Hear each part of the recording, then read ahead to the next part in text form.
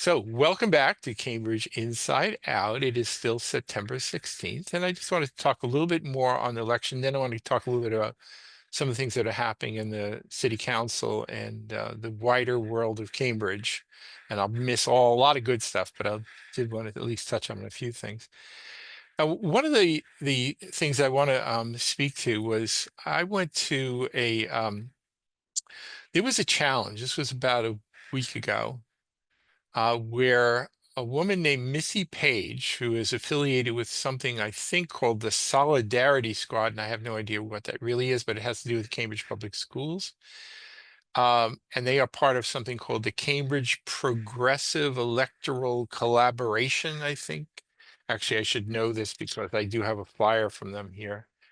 They are sort of portraying themselves as sort of the umbrella group for all the left-leaning socialist progressive, whatever you want to call it, organizations in the city, uh, which not, I guess, not surprisingly, seems to include the Cambridge Education Association. So I never realized that the teachers union is now considered a left-wing organization, but I guess it is. Anyway, so because Carolyn owns a home on Martha's Vineyard, Oak Bluffs, there have been, rumors floating for years, though she doesn't really live in Cambridge. Well, she really does, but she does spend a lot of time on Oak Bluffs, which if I was 79 years old and I had a beautiful place to go to, I think I might spend a lot of time at Oak Bluffs myself, but I don't have that option right now. But anyway, so there was a challenge to whether she was legitimately a Cambridge resident and whether her name should be removed from the ballot. And I said, all right, I got to go to that. Originally I thought I might give some testimony, but the nature of this was a hearing. It was like more like a legal proceeding where we had Elliot Velosa from the Cambridge Law Department was there, and it was really run more almost like a trial. It was quite something. And the only person, well, it wasn't the only person. There was one person. It was Missy Page was challenging, gave a whole big narrative of sort of anecdotal, what you might say in legal terms, hearsay evidence of her belief that Carolyn didn't live here. And then that was followed by Carolyn. Everybody, by the way, had to raise their hand and get sworn in before they gave testimony. It was quite impressive. But Carolyn's daughter, friends, longtime friends, neighbors, all testified on her behalf. It was quite good. Um, and then at the very end, a woman who is associated with the group that calls itself the Black Response chose to come up and challenge Carolyn Hunter, which I got to tell you, there's something a bit disquieting about a group that calls itself the Black Response, who, by the way, who represents nobody in this city but themselves, challenging what is arguably one of the most prominent Black educators in the history of Cambridge. I thought, boy, we're a little off the mark here, aren't we? But that's the way it was. Anyway, it went to a vote. There were three of the four election commissions present. It was unanimous in support of keeping Carolyn on the ballot. And I had a very delightful time, going out for coffee with Carolyn and Aisha Wilson, City Councilor Aisha Wilson spoke on in support of Carolyn and several other really, really delightful people. So it was quite fun. It's as a person who was not born and raised in Cambridge, I find myself often feeling quite comfortable among people who were born and raised in Cambridge. And virtually everybody there were people who were born and raised in Cambridge. So I like to say that I'm an adopted Cantabrigian. I'll never be a native Cantabrigian, but I'm probably as close as you can get without actually being born here. So anyway, that was an interesting experience, I must say. And I'm really quite delighted that Carolyn Hunter is on the ballot. I think she's really quite very, very qualified and a delightful person. Now, the following day, I think it was the following day, there was actually a meeting of the Public Safety Committee of the Cambridge City, a subcommittee of the Cambridge City Council. And the topic under discussion was that there was, I think on August 2nd, there had been a police incident where there was a gentleman in Central Square wielding two machetes who actually cut somebody And then when challenged, actually much more minor, the first person actually required a trip to the hospital, and another person also got clipped, but did not require hospitalization. It was right across from where the police, it was the #1 bus stop, and which is problematic almost every day.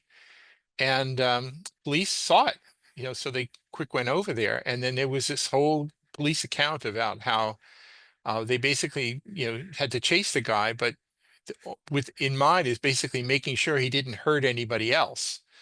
So it was sort of like a TV show, running down Graffiti Alley, cutting through the parking lot, eventually ending up where this person lives at the Close building, which is at Broadway and Windsor Street. And it turned into a standoff that lasted like more than half a day, like overnight. And I think in one of the local publications, they sort of, gave some extremely misleading information about how the tear gas that was used. Yes, there was pepper spray used, but it was no tear gas. Anyway, I I thought the police account was quite impressive, and their efforts that they made to not only protect themselves, but to protect the general public and to make sure nobody was hurt, including the perpetrator.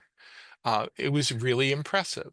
Yet during public comment, it was, I think, 5 or more people got up there basically doing the predictable nonsense about challenging everything that the police could, would, or should have done. Um, and honestly, I was really bothered by what some of these people had to say. And some of them are pretty prominent political activists, I might add. And I just thought they all behaved like idiots, absolute idiots. Um, and perhaps the most offensive of all was a person who, is affiliated with this HEART program. This was HEART was meant as sort of a non-police response, which was trying to get on the city dole as an alternative to uniformed and armed police. And I think the city more wisely created this community safety department with this care unit, which really tries to do that. And I'm not saying that this is the most wonderful department or that everything they do is great or even that it's even a necessary department, but creating it was really the proper thing to do, considering the politics as well as the effectiveness of it all. The HEART program was a stupid idea from beginning to end, largely advocated by some of the most radical people who basically want to abolish police entirely. They actually endorse a program where Cambridge police would not even be allowed in public housing areas. And I thought, well, that's just great. Maybe they should talk to people who actually live in public housing, because I think they have a rather different view. They kind of appreciate the fact that there's some law enforcement that actually helps to protect them. But this is a person who's, again, representing the Black response, which is wild. Some of the city councilors chose to, talk about the importance of having social workers on scene, and I don't disagree with that. But one of the points that I made, because I actually made public comment too, was that, you can go to school and study, take courses in social work and whatever, but most of the Cambridge police officers who I have met over the years have basically been like on-the-job trainees as social workers. They do social work. Let's be clear about it. They may have uniforms, they may be armed, but they intervene in extremely significant ways for the betterment of the people who they're interacting with. And yeah, sometimes there are incidents where there are tragic outcomes, but for the most part, Cambridge police officers are some of the most sympathetic, constructive, helpful people I've met. And I honestly, to listen to these activists go up there demeaning them, I thought, boy, you people are both clueless and you're just wrong. You're just plain wrong. So anyway, that's just something I wanted to get off my chest there. And let's see. So I guess what else was I going to say on that? Maybe not. Maybe nothing else. I think maybe that's probably enough to be said on that. Um, so what I'd like to do finally in the remaining time is talk a little bit more. Let's bring it all back to the over by the city council and some of the actions that have been undertaken lately. And again, I'm sure I'm going to be missing a few things here or there, but hey, it's my show. I'll do what I want, right? I'm going to curate here a little bit, if you don't mind. So, so what I'd like to do here is to speak. Well, let me just. I may roll the clock backwards a little bit and talk about the previous week, but let me just say a few things about um, what was going down last night. And again, I had to look at the recording to watch this because I had been at a school committee candidate forum instead. So one of the things that rolls around every year around this time is the recommendations for the Community Preservation Act. Now, the Community Preservation Act is something that was accepted by Cambridge back in the early 2000s.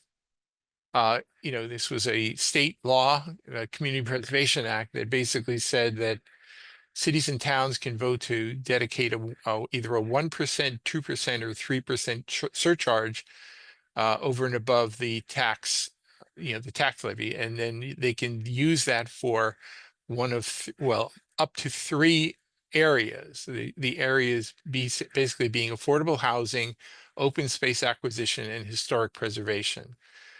Now, though I personally disagree with this, is that they have locked in the 80%, 80-10-10 rule so that you can always count on there being 80% toward affordable housing and just the minimum 10% for historic preservation and the minimum for open space uh, uh, acquisition. And again, this is not meant to uh, shoot down the logic of it all. There may be good reasons for it being 80% for affordable housing, but what I dislike is the fact that it's non-debatable. So in my view, if this was really a democratic process, then there ought to be a real discussion, and there's never a discussion about it. It's it always goes to one. And the voters in the city don't have any say in it because once they voted 20 plus years ago, it's all the priority systems are completely in place since then and are thoroughly non-debatable. Now, one thing so anyway, so you did all the votes, all unanimous, so that's all done for the year. The Something that came up at the previous meeting, it's actually something that's been going on for a good long while, is City of Cambridge filed a petition for adopting a new charter, which is fundamentally just a revised version of the Plan E charter with a few minor changes, but updated language or whatever. So they kind of fiddled and diddled for a while, but then eventually filed the home rule petition. And eventually, apparently, as of a week ago, the State House of Representatives had given its approval, and the State Senate had given its approval, and they had concurred, and it was then sent to the governor to sign. And apparently, I mean, for all I know, it may have even been signed today because it was on the governor's desk. So that's ready to go. Now, one other part of that process, and I think maybe I'll just sort of toggle back here a little bit, is that in addition to being on the ballot, there's also a voter guide that goes out, and with the pro arguments and the con arguments. Actually, was it 4 years ago when there was some small changes in the charter? Actually, I was asked to do the con arguments, and I did. Actually, they asked me to do it this time too, but I said, no, I don't. I got no objections. I think it's a good thing that we're updating the charter, even if it's not particularly necessary. But for the most part, I'm okay with it. So I wasn't going to be the person to write the arguments. So I think the Election Commission staff will formally provide that con argument. But there will be a voter guide that will go out, and the clock was ticking because you got to print the ballots, you got to print the voter guides, there's early voting, and you got to get everything out by a certain date. And honestly, we're really cutting it close here. But the Election Commission staff, every single person in the Election Commission staff has been doing a great job in sort of getting things done, so that things should hopefully come off without a hitch. So anyway, that was a charter, and so we got some updates. They had to take some votes a week ago to empower the Election Commission to do certain things. And then last night it was just really an update, kind of where we stand on that. So anyway, that was something worth noting. Some other things that were on the agenda for last night, a very minor one. There was some city council order having to do with trying to replicate some of the parking along Broadway that was lost due to this rather bad move to turn, to remove most of the parking on Broadway in order to accommodate a likely little used bike lanes. Again, something that many of us strongly opposed. Not that we're opposed to bike safety, mind you, but the inclusion of Broadway is something that was not even on the original bicycle plan. We kind of felt like we all got hoodwinked on this. So anyway, so they were trying to, in pathetic kind of ways, trying to find a little bit of parking here, a little bit of parking there, including some that where people actually have to pay good money just for the right to park their vehicles, where they used to be able to just park on the street.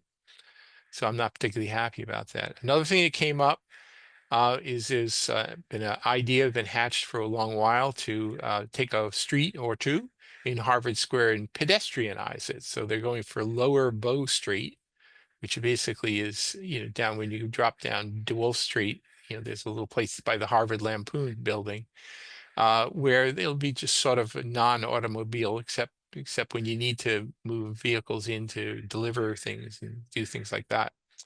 So, the council is approving of that. So presumably that will happen maybe by next year. We'll see what happens. Something that came back a while ago, or came out as a city council order a while ago, was an effort from the Harvard Square Business Association to try and partner up with the city and the MBTA to make use of this abandoned tunnel from the old Red Line extension that used to go to Brattle Square and over to where the Kennedy School is now built, where it used to be the rail yards. I remember the rail yards.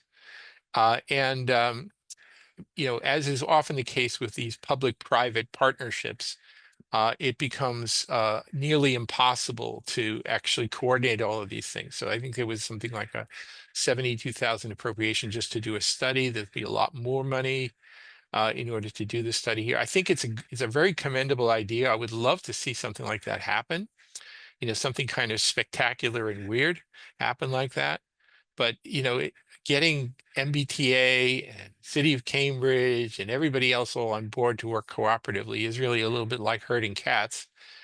And whatever significant money may be involved, at least if the city had to pay it, this is not a great time to be asking for that, because we are actually starting to experience fiscal constraints in ways that we haven't actually experienced in a while. So asking for new initiatives that have dollar amounts associated with them it's kind of not really the best time to be doing that.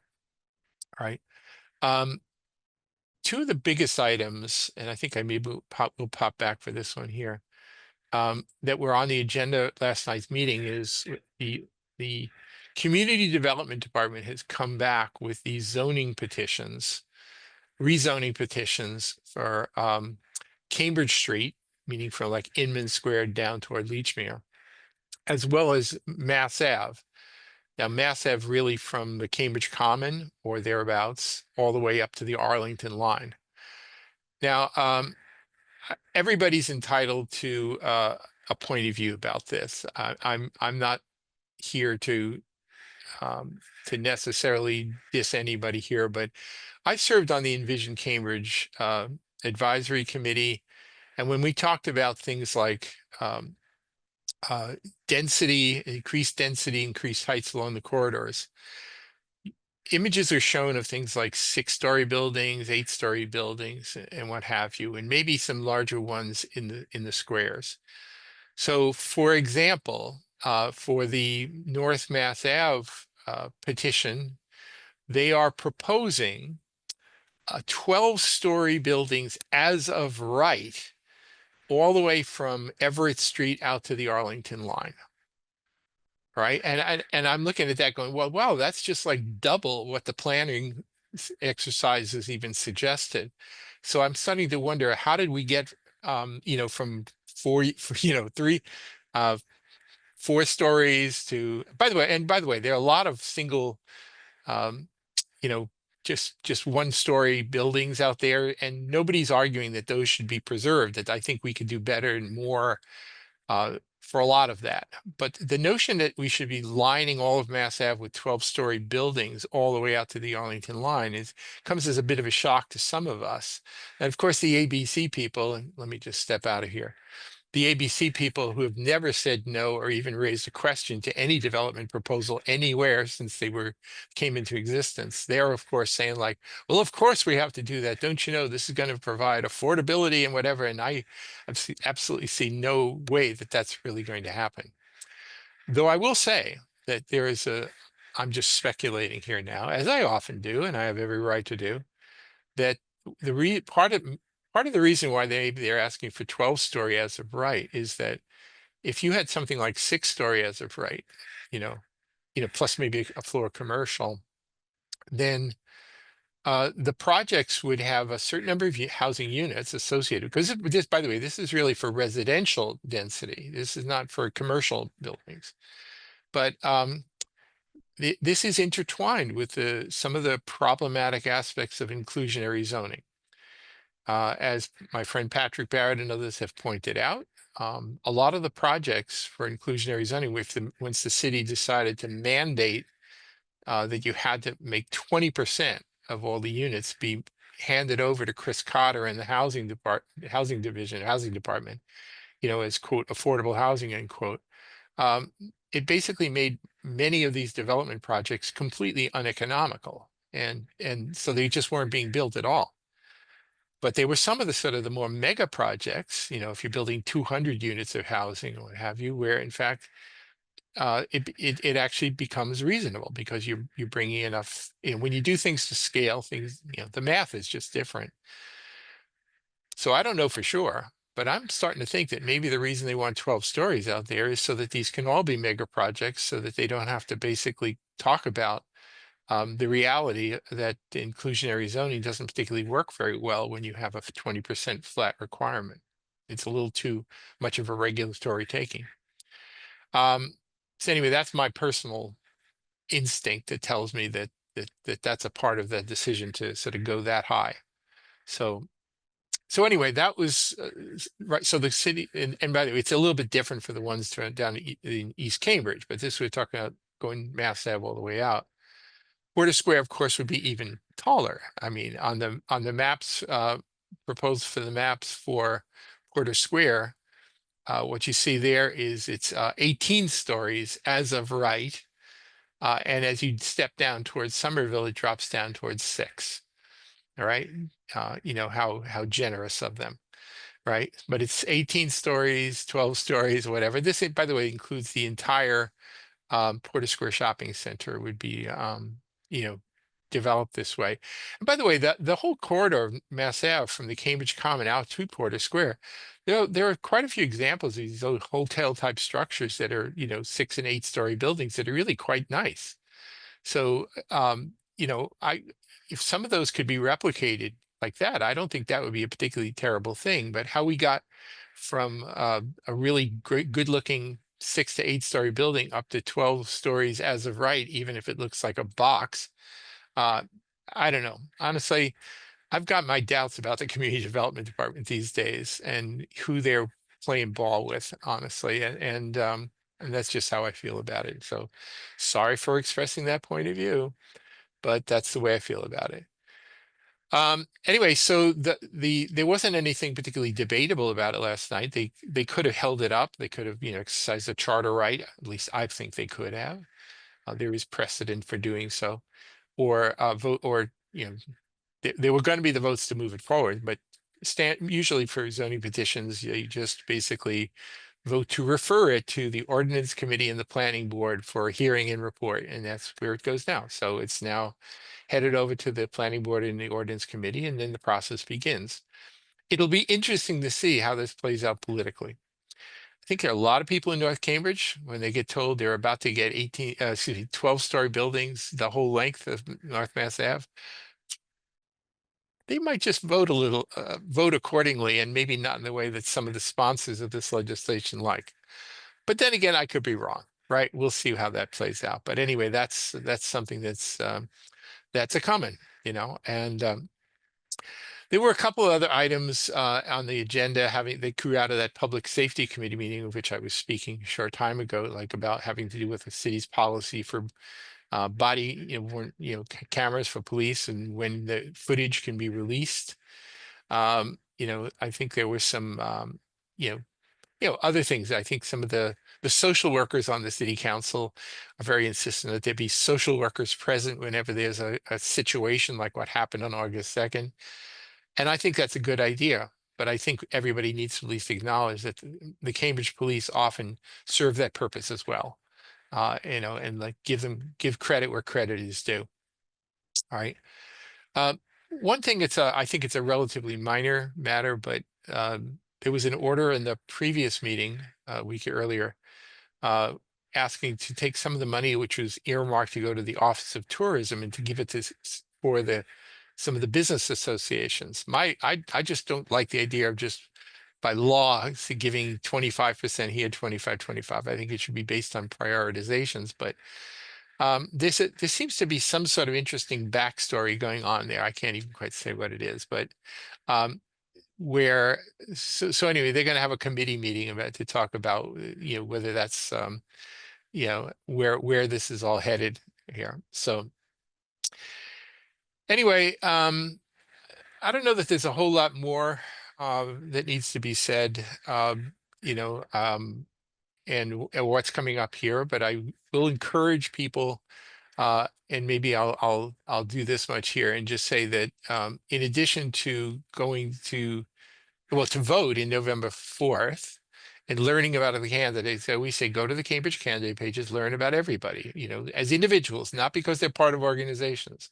Look at the individuals because that's the only thing that really matters. Honestly, I think we'd all be better off if we didn't have any of these political action committees in the city. I think their coercive nature, at least for two or three of them, are something to behold. And I don't think it's very helpful for the body politic or the culture of the city to be doing that. So anyway, the last thing I want to say here is I'm just going to encourage people maybe to also take a look at the, just ending with this point here. So I do keep this calendar of candidate forums and events. They had the CCC event a week or so ago. They had the ABC event a week ago. As I went to the one with the Cambridge Advanced Learning ones. Don't forget to go to Danahy Park Family Day. There's actually some non-public meetings. I think it might be broadcast by CCTV. I should probably add to this that are happening on Saturday, the 20th. So I'll update this soon. And then later this month, there'll be some of these forums put together by the lefties, the Cambridge Progressive Electoral Collaboration. So if you're into leftist politics, I encourage you to go to those ones. I'm not going to them because I'm a radical centrist. I'm the middleman, as we say, and I'm going to stay the middleman. But if you want to talk to the socialists or whatever, they're going to have some events too. So anyway, on that note, I think I'm going to wind it down here. So thanks for sticking it out with me here, and I'll see you soon on Cambridge Inside Out.